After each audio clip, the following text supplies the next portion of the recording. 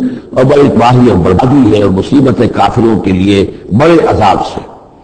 الذین یستحبون الحیات الدنیا علی الآخرہ، وہ لوگ جو پسند کرتے ہیں دنیا کی زندگی کو آخرت کے مقابلے میں۔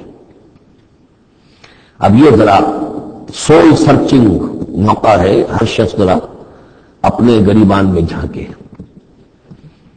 کہیں یہ الفاظ ہم پر تو منطبق نہیں ہو رہے۔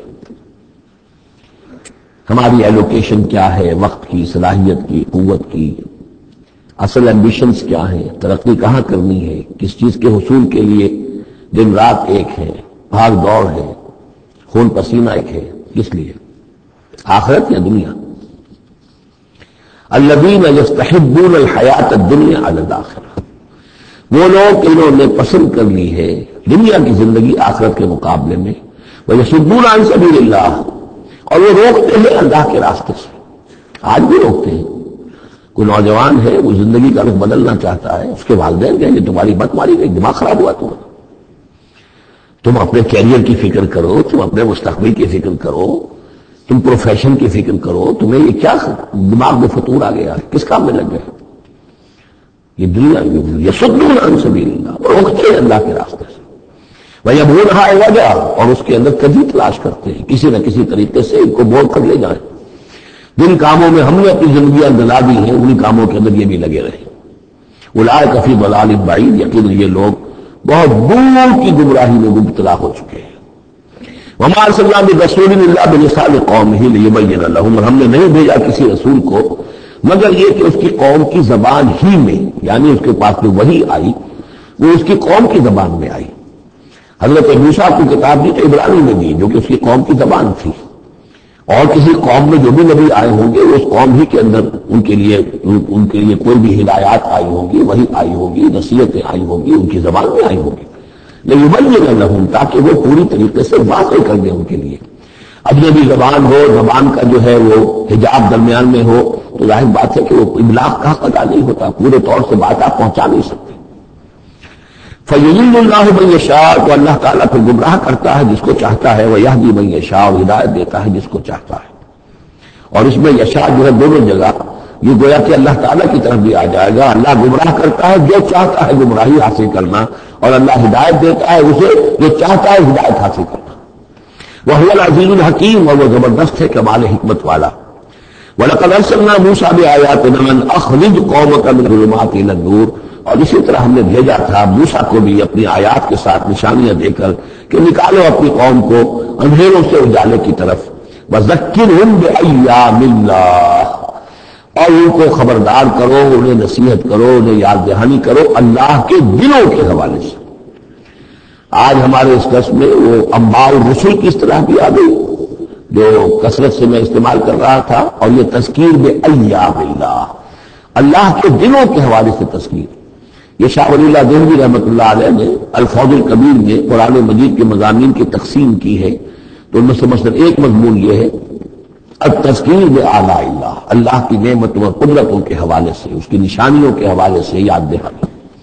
ایک التذکیر بایام اللہ، اللہ کے دنوں کے حوالے سے، خاص وہ دن جن میں اللہ تعالیٰ کی طرف سے بڑے بڑے فیصلے جو ہے وہ صادر ہوئے اور نافذ ہوئے۔ ان فی ذلک لآیات لکل صبار شکور، یقیناً اس میں نشانیاں ہیں ہر اس انسان کے لیے جو بہت صبر کرنے والا ہو اور بہت شکر کرنے والا ہو۔ صبار اور شکور یہ دونوں جو ہے کمپلیمنٹری ہیں۔ کوئی تکلیف آئے، ناگوار صورتحال ہو تو صبر کرے، کوئی نعمت ہے، خوشحالی ہے، فراوانی ہے، آسان ہے، آرام ہے تو پھر اس پر شکر کرے۔ صبر و شکر، اور شکر و صبر یہ دونوں جو ہے کمپلیمنٹری ہیں، اور یہ بندہ مومن کے لیے یہ ان دونوں میں سے کوئی نہ کوئی کیفیت اس کی ہر وقت ہونی چاہیے۔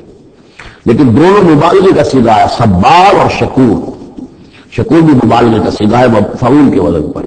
وَإِذْ قَالَ مُوسَىٰ لِقَوْمِهِ اذْكُرُوا نِعْمَتَ اللَّهِ عَلَيْكُمْ إِذْ أَنجَاكُم مِّنْ آلِ فِرْعَوْنَ، اور یاد کرو جب کہ کہا تھا موسیٰ نے اپنی قوم سے، یاد کرو اس نعمت کو جو اللہ کی ہوئی تم پر، جبکہ اس نے تمہیں نجات دی آل فرعون سے۔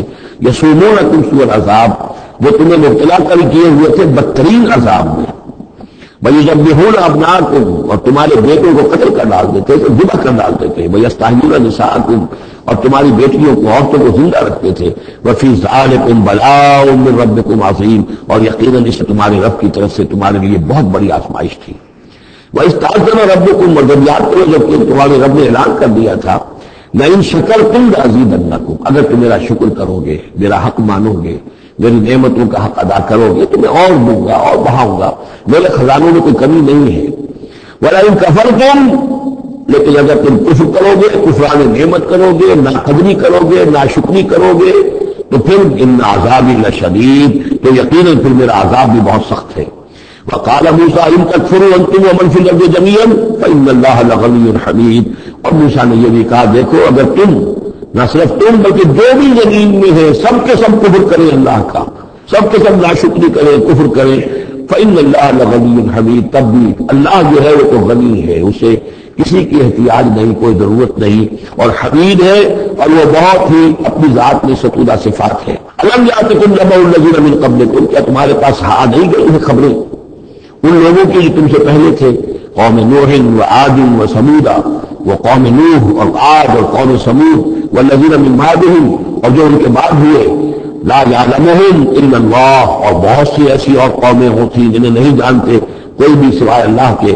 جاءتہم رسلہم بالبینات، ان کے پاس آئے ان کے رسول واضح نشانیاں لے کر، فردوا ایدیہم فی افواہہم، تو انہوں نے اپنی انگلیاں اپنے منہوں میں ڈال لی.